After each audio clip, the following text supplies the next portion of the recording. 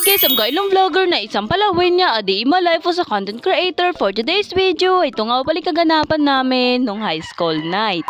Hi guys, mapagpalang araw nga pala sa ating lahat. Ay for today's video nga pala ay wala nga muna tayong luto-luto. Kasi nga meron naman nga talaga akong pinagkakabisihan ngayon. Dahil papalapit na nga talaga ang Pasko, abay talaga namang marami nga kaming event dito sa school. Kaya naman talaga hindi ko na nga talaga masingit-singit yung pagbablog ko araw-araw. Abay sayang naman talaga yung 50 points nito kung hindi nga talaga tayo sasali. Ay sa performance lang babawiin talaga natin. Ay ito nga gina-practice namin ay field demo. Ay ari nga palang field demo na ito ay gaganapin nga pala bukas. Which is December 14 nga. Kaya pag napapractice nga pala talaga yung mga lalaki doon, abay nakakita nga kami ditong daga. Abay pagmasdan nyo ng mabuti, daga pa ba yan? Siguro hamster ito. Pero iba lang talaga yung itsura niya. At kung alam nyo nga yung klase ng hayop na yan, abay i-comment nyo nga sa baba para naman malaman namin. Ay habang tinitignan ko nga talaga yung daga na yan, abay iniisip ko para siyang na-mutate. Abay isang malaking palaisipan talaga kung ano nga talagang klaseng daga ito. Ay for the shoutout nga pala dito sa mga kalalakihang ito. Abay pagpasensya nyo na kung medyo malikot nga talaga yung ating camera. Kasi si Reynan Mitran nga talaga yung naga-video niya. Abay talaga naman for the shoutout sa'yo Reynan. Ay maghapon nga pala kami nag-practice. Abay hindi ko lang nga talaga nakuhaan kasi sobrang nabisi na nga pala kami mag-practice. Ay nung kinahaponan nga ay dito nga pala kami nag-stay sa aming room. At dito na nga kami mag-aasikaso ng aming mga sarili para mag-prepare nga pala sa high school night. Siyempre naman meron nga talagang pakulo dito yung aming president. Gumawa nga siya dito ng banner na Go Go Sir Mel. Siyempre naman kakanta yung aming advisor, siyempre naman i-cheer namin siya. Ay kahit lubog na nga talaga yung araw, abay dito pa rin si ganda, nagdi-design pa rin siya ng room. Ay hindi inaayos niya lang pala talaga yung mga nalaglagan dyan. Abay for the shoutout nga talaga sa mga nag-design niya. Na kung papasok nga talaga kayo dito sa aming room, abay puro pala muti. Abay sa likod ba lang nga ng room namin yan, kung makikita nyo lang talaga yung harapan, kaso hindi ko nga siya nakuhaan. At syempre i-share din nga namin sa inyo itong ginawa nga palang Christmas tree ng aking mga kaklase.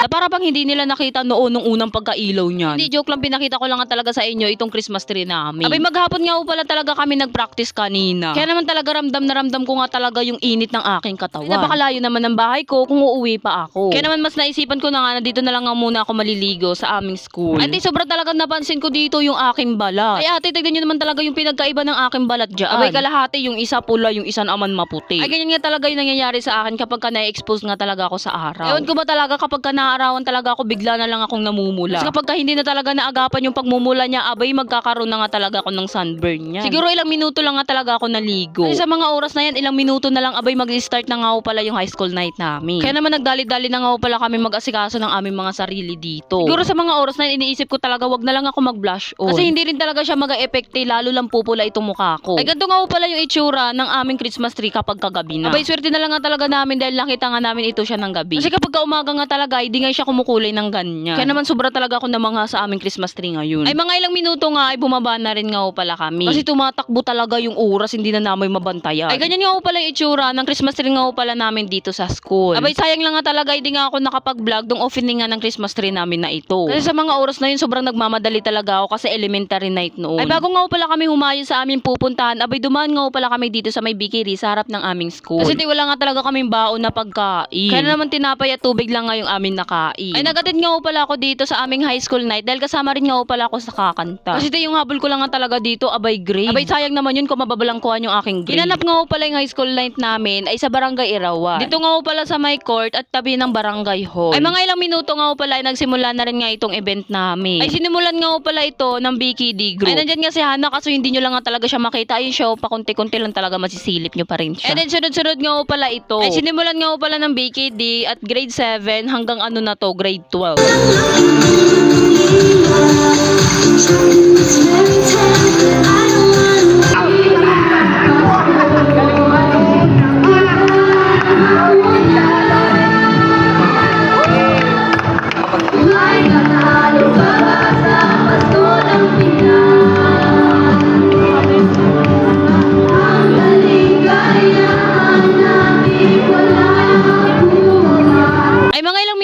Pala ay si sir na rin nga talaga yung mag-perform. Abay syempre nilabas na nga namin yung ginawa ni Carl at ni Ganda dito na banner. Kaya naman talaga ako na nga talaga yung naghawak dito para naman makita nga talaga ni sir ito. Ay sumunod nga pala kay sir ay si Sir Marlon. Abay bilib na bilib nga talaga kami sa buses dito ni sir. Abay apakaganda talaga te. Ay bukod nga sa kabuses niya nga si Papa Dudut, abay apakagaling nga talaga ni sir magkanta. Hindi ko ba alam, siguro paramihan nga talaga dito ng mga fans. Ay habang tumatagal nga talaga, abay palakas na palakas nga talaga yung tilian nila. At for the shoutout nga pala dito sa mga grade 10 student na ito nakatabi ko. Na mga estudyante nga talaga ni Sir Herna.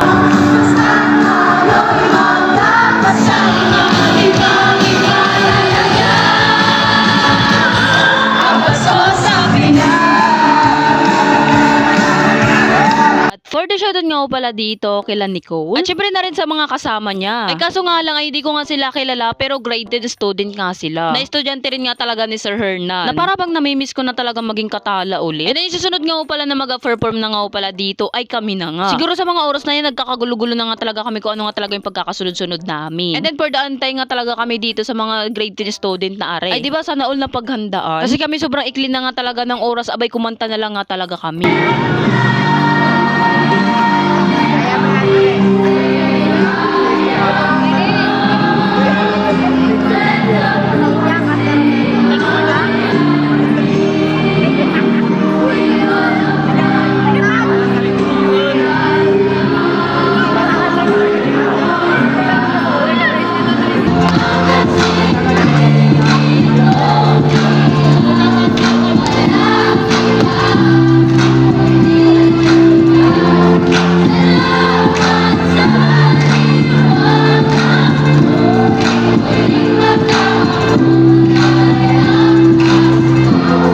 Kahit kumanta lang nga talaga kami dito at nakaapak nga sa stage, abay may grade na nga kami. Abay naman may 50 points na nga talaga ako. Ay marami nga po pala yung nag-perform dito, kaso nga ay di ko lang nga po pala nakuhaan. Kasi nabisi na nga talaga ako mag-cheer kagabi. Medyo mahaba na rin nga po pala talaga ang bidyong are. Kaya naman dito ko na nga po tinatapos ang aking mini vlog. Kaya huwag niyong kakalimutan mag-like and follow and share. And thank you for watching. Bye-bye!